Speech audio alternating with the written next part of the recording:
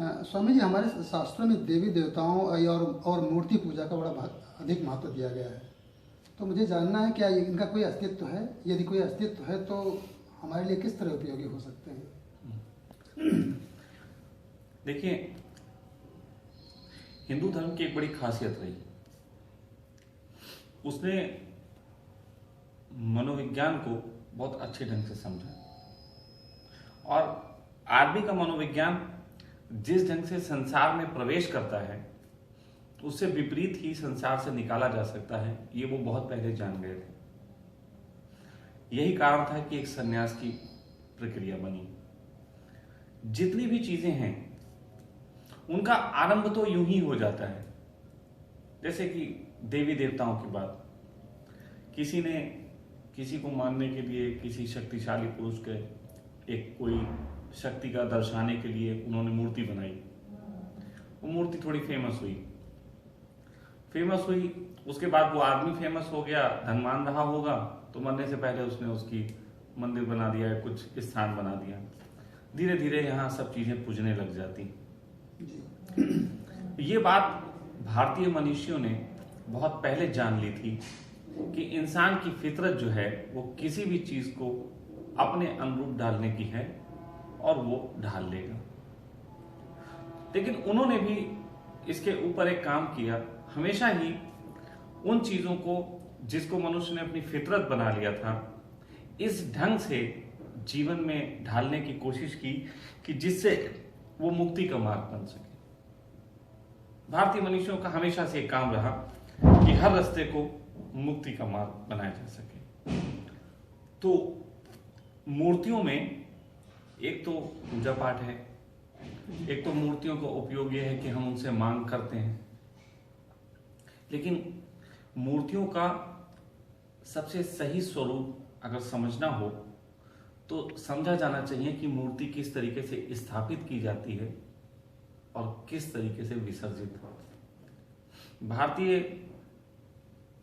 पूरे इतिहास रहा है कि यदि कोई मंदिर बनता है तो मंदिर में मूर्ति जो रखी जाती है उसमें पहले प्राण प्रतिष्ठा होती जी। प्राण प्रतिष्ठा करने का नियम है, जिसमें उसके साथ बहुत मैत्री बिठाई जाती है, बहुत अपने आप को जोड़ा जाता है। जैसे माँ के गर्भ में जब बच्चा आता है उससे पहले माँ का उससे कोई जुड़ाव नहीं होता, लेकिन जब गर्भ में वो आता है तो वो गर्भ में 9 महीने प्राण प्रतिष्ठा का है। वो उससे प्रेम पनपता है, फिर उसके साथ पूरी जिंदगी जीती, फिर एक दिन उससे मुक्त भी होना है। ये तो हम सामाजिक हो गए, जिसके कारण हम अपने बच्चों को पाल पोस के आगे पोते और नातियों की व्यवस्था चली। नहीं तो अगर हम पशुओं से इसे सीखते आए तो इसमें इस तरीके से था कि एक दिन पक्षी जो है वो उड़ जाता है पिंजरा छोड़ के घोंसला, फिर कभी लौट के नहीं आता। माँ बस उसकी सेवा करती है, वो चला जाता है, फिर अपने जीती है। तो अगर इसी ढंग को देखें तो अभी भी जो आपके जैसे कि बंबई में होता है गणेश उत्सव, अब गणेश उत्सव में बड़ी कला है। वो पहले मूर्तियों को घर लाते हैं, उनके साथ प्राण प्रतिष्ठा करके उन्हें स्थापित करते हैं, उनसे पूरा तादाद में बिठाते हैं। भगवान से बड़ा तादाद में किसी से नहीं बैठ सकता, वो बैठाते हैं, फिर उनकी सेवा करते हैं, फिर एक दिन विसर्जित कर आते हैं, हंसते गाते।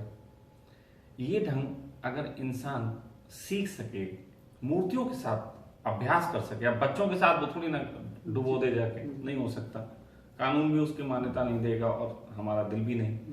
लेकिन अगर भगवान के साथ हमने ये संबंध स्थापित कर लिया, भगवान जिसको हम प्राणों से जुड़ पाए और बाद में विसर्जित कर पाए, तो हम संबंधों को भी विसर्जन कर सकते हैं। मृत्यु से पहले हम अपने संबंधों को भी विसर्जित कर सकते हैं। और यदि हम संबंधों को विसर्जित करने लग जाएं तो यही हमारी मुक्ति का मार्ग है।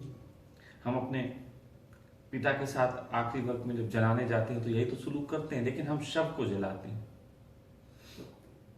हम शरीर से मुक्ति पाते हैं, लेकिन भाव हमें पकड़े रहते हैं।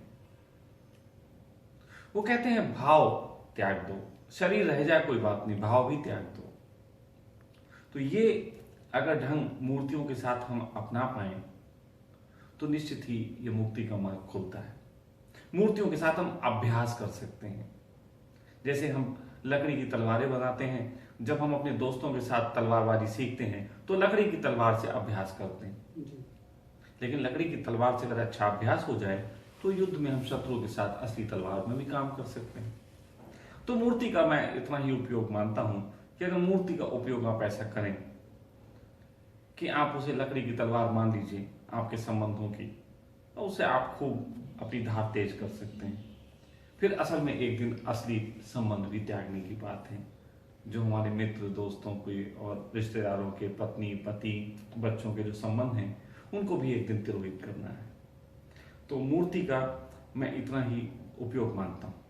लेकिन इसके अलावा भी मूर्ति में कुछ चीजें हैं, वो सिंबॉलिक्स हैं, वो छुपे हुए स्वरूप हैं। जैसे हनुमान की हमने मूर्ति बनाई, उसमें हम ताकत का प्रतीक दिखाते हैं, बल का। तो वो ऐसे करके खड़ी हुई है। तो एक पॉस्चर्स हैं, जैसे कामसूत्र में पॉस्चर्स हैं, वो अलग अलग मनोदशाओं को दर्शाते हैं। उसी तरीके के मूर्ति के पॉस्चर्स भी हैं, वो अलग अलग तरीके के पॉस्चर्स अलग अलग तरीके की मनोदशाओं पे कंट्रोल करने का काम करते हैं। ताकत का पॉस्चर है जो हनुमान की मूर्ति में दर्शाया गया है। कृष्ण की मूर्ति में जो बांसुरी बजाते हुए का पॉस्चर है, यदि उस पॉस्चर में हम खड़े होना सीख लें तो हम तनाव को बहुत जल्दी तिरोहित कर सकते हैं।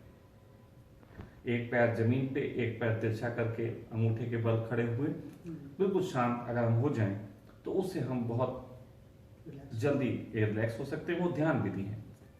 ऐसी बुद्ध की प्रतिमा में है, बुद्ध की लेटी हुई प्रतिमा में है, यूं ही आपके शंकर के चेहरे पे है।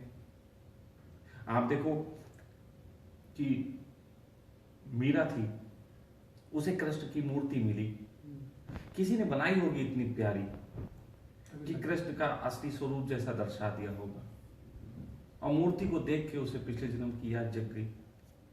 तो मूर्ति में छुपे हुए सिंबल्स भी होते हैं, लेकिन दोनों तरीके के उपयोग हैं।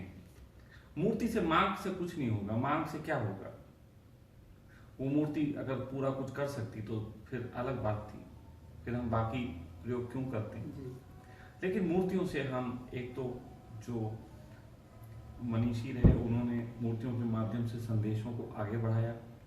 पहले किताबें नहीं थी जिनमें लिखा जा सके, तो मूर्तियों की सुविधा उपलब्ध थी, मूर्तियों के माध्यम से बात कही जाती थी।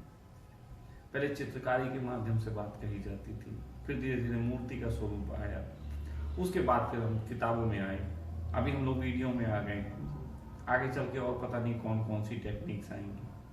तो बस इतनी सी ही बात है। मैं उसके बस असली स्वरूप को ही आपको बता सकता हूँ। बाकी जो रंग ढंग चल रहा है उसमें ना मेरा कोई आरोपण है, ना मेरा कोई विरोध, ना कोई समर्थन। मैं तो वास्तविक स्वरूप की बात करता हूँ हमेशा।